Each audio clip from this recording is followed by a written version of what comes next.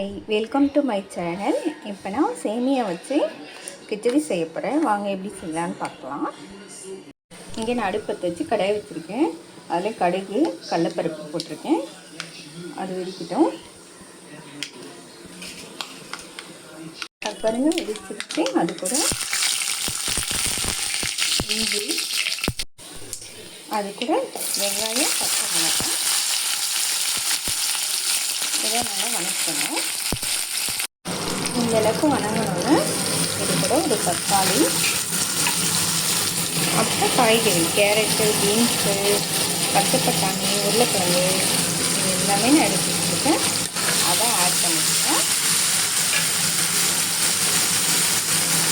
அது கூட கொஞ்சமாக மல்லிட்டு, அப்புறம் கொஞ்சமாக சால்ட்டு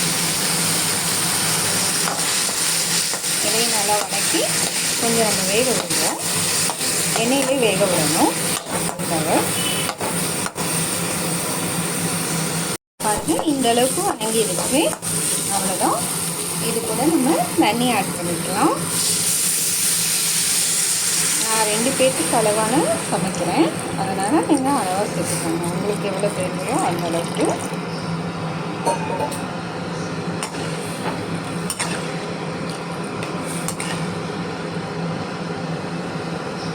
இதை மிக்ஸ் பண்ணிவிட்டேன். இதுக்கு தேவையான அளவு நான் உப்பு போட்டிருக்கேன்.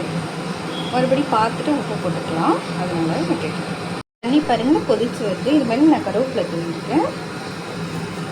அவ்வளோதான். இப்போ சேமியாவை போட்டுக்கலாம். சேமியா இது வறுத்த சேமியா தான்.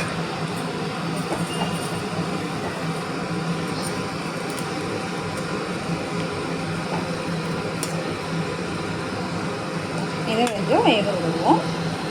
சட்னிக்கு தேவையான ஒரு சட்னி செய்வோம். தேங்காய் நான் எடுத்துருக்கேன். அது கூட ஒரு பெரிய வெங்காயம், ஒரு வரமிளகாய், அப்புறம் இதுக்கு தேவையான சால்ட்டு, கொஞ்சமாக தண்ணி விட்டு நம்ம மையாக அரைச்சிட்டு வந்துடுவேன். அவ்வளோதான், அரைச்சிட்டு வந்துட்டேன். இந்த அளவுக்கு தான் நீங்கள் அரைக்கணும். சட்னி ரெடி ஆயிடுச்சு. அவ்வளோதான் பாருங்கள், ரெடி ஆயிடுச்சு. இப்போ நம்ம அது கூட நான் 2 முட்டை வேக வச்சு இந்த மாதிரி கட் பண்ணியிருக்கேன். அது கூட ஆட் பண்ணி கிளறிக்குவோம்.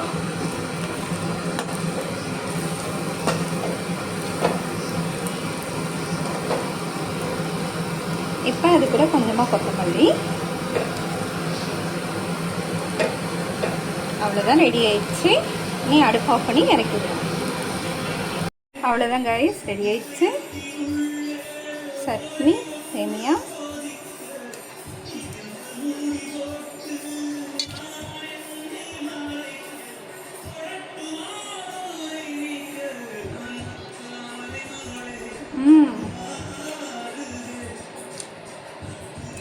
செமையாக டேஸ்ட்டாக இருக்குது. நீங்கள் ட்ரை பண்ணி பாருங்கள். ட்ரை பண்ணி பார்த்துட்டு எனக்கு லைக் பண்ணுங்கள், ஷேர் பண்ணுங்கள். Thank you guys. மறக்காமல் சப்ஸ்கிரைப் பண்ணுங்க.